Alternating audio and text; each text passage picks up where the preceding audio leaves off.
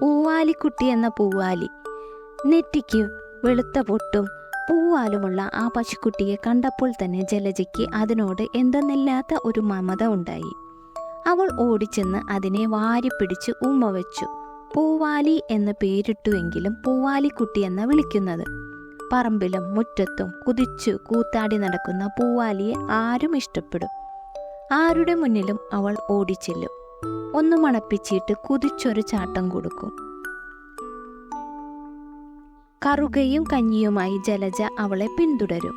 നേരം വെളുത്താൽ പൂവാലിയുടെ പിറകെ നടപ്പാണ് ജലജ.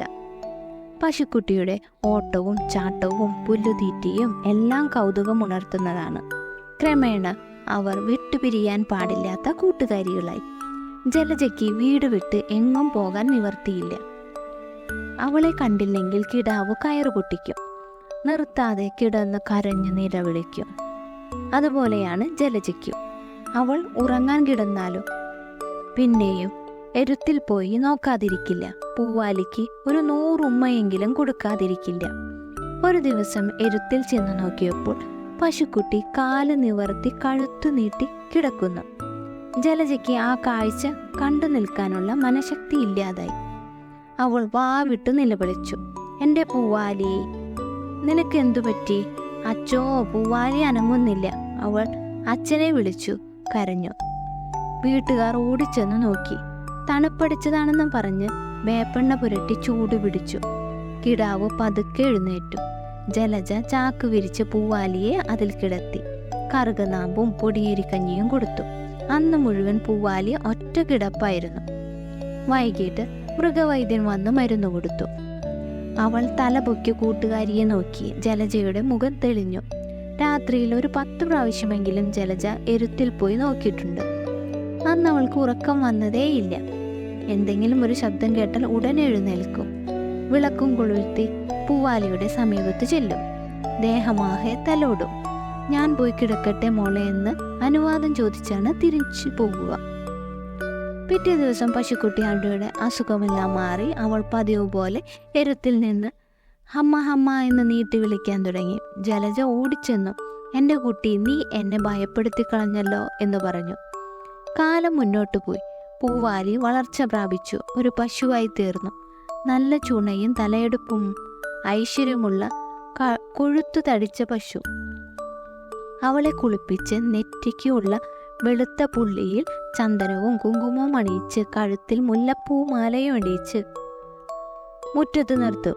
ഇത് ജലജയുടെ ഒരു വിനോദമാണ്. കയറിട്ട് കെട്ടുന്ന പതിവില്ല. "മോളെ പൂവാലി" എന്ന് വിളിച്ച് അവൾ ചുവട്ടടിയിൽ വന്ന് നിൽക്കും. ആരെയും ഉപദ്രവിക്കുകയില്ല. വയറ് നിറച്ച് പുല്ല് തിന്നു കഴിഞ്ഞാൽ തണൽ നോക്കി കിടന്ന് അയവിറക്കുന്നത് കാണാൻ തന്നെ നല്ല ഭംഗിയാണ്. ദിവസങ്ങൾ മുന്നോട്ട് പോയി. പൂവാലിയുടെ പ്രായത്തിലുള്ള പശുക്കൾക്കെല്ലാം 1ഉം 2ഉം പ്രസവിച്ചു. പൂവാലി പ്രസവിക്കുന്നില്ല.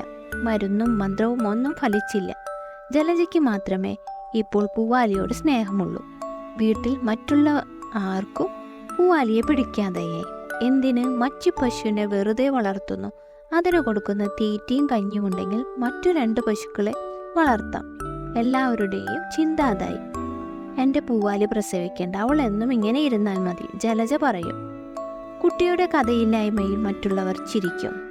ഒരു ദിവസം രാത്രിയിൽ അത്താഴം കഴിഞ്ഞിരിക്കുമ്പോൾ മാതാപിതാക്കൾ തമ്മിലൊരു സംഭാഷണം നടത്തുന്നത് ജലജ ശ്രദ്ധിച്ചു. "നമുക്ക് പശുക്കിടാങ്ങളെ വാങ്ങിക്കാം," അച്ഛൻ പറയുന്നു. "മോള് സമ്മതിക്കുമോ?" അമ്മയുടെ ആശങ്ക. "സമ്മതിക്കാത്ത എന്താ?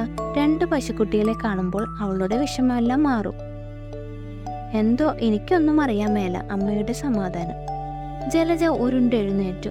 "അച്ഛാ, പൂവാലിയെ വിൽക്കണ്ടാട്ടാ. അതിന് പകരം 100 പശുക്കളെ തന്നാലും എനിക്ക് സഹിക്കില്ല."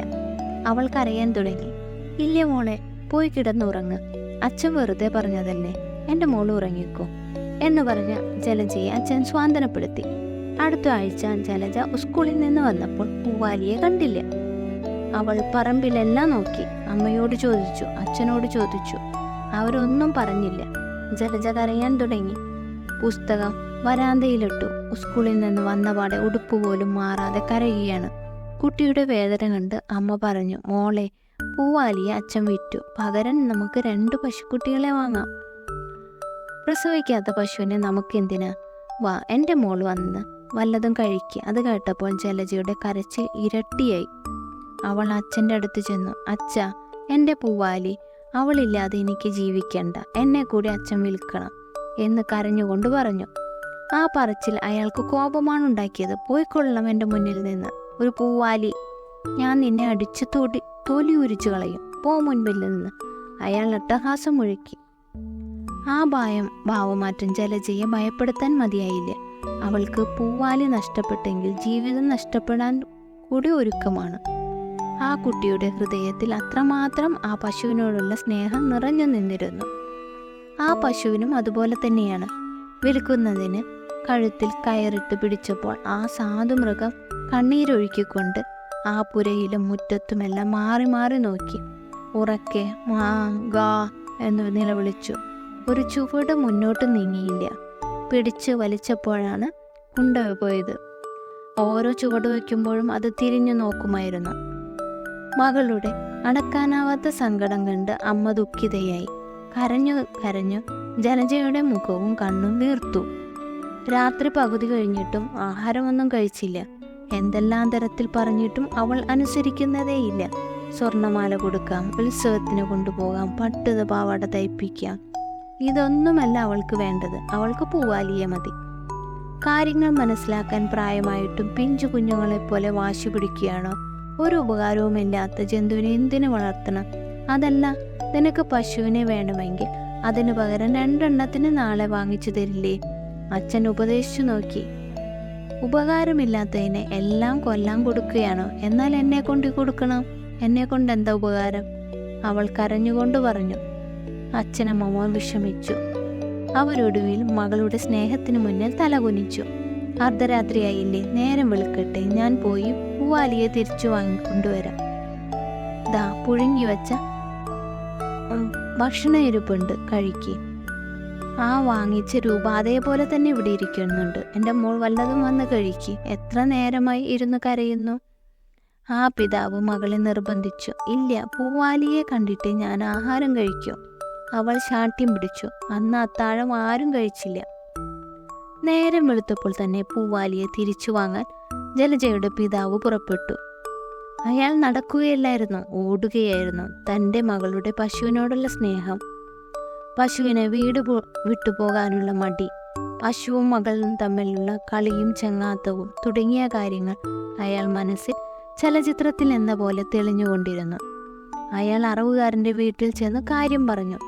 കാശ് തിരികെ തരാം, പശുവിനെ തിരിച്ചു തരണം, ഇല്ലെങ്കിൽ എൻ്റെ മകൾ കരഞ്ഞു മരിക്കും. അറവുകാരൻ തലകുനിച്ചുകൊണ്ട് പറഞ്ഞു. നിങ്ങൾ അല്പം താമസിച്ചു പോയി. പൂവാലി ദാ അതാ. അയാൾ ചൂണ്ടിക്കാട്ടിയ സ്ഥലത്തേക്ക് നോക്കി. 2 വലിയ മാംസകഷ്ണം തൂങ്ങി നിൽക്കുന്നു. കച്ചവടക്കാരൻ പറഞ്ഞു. കഷ്ടമായിപ്പോയി, അവൾ ഗർഭിണിയുമായിരുന്നു. ജലജയുടെ പിതാവ് പിറകോട്ട് വീണുപോയി.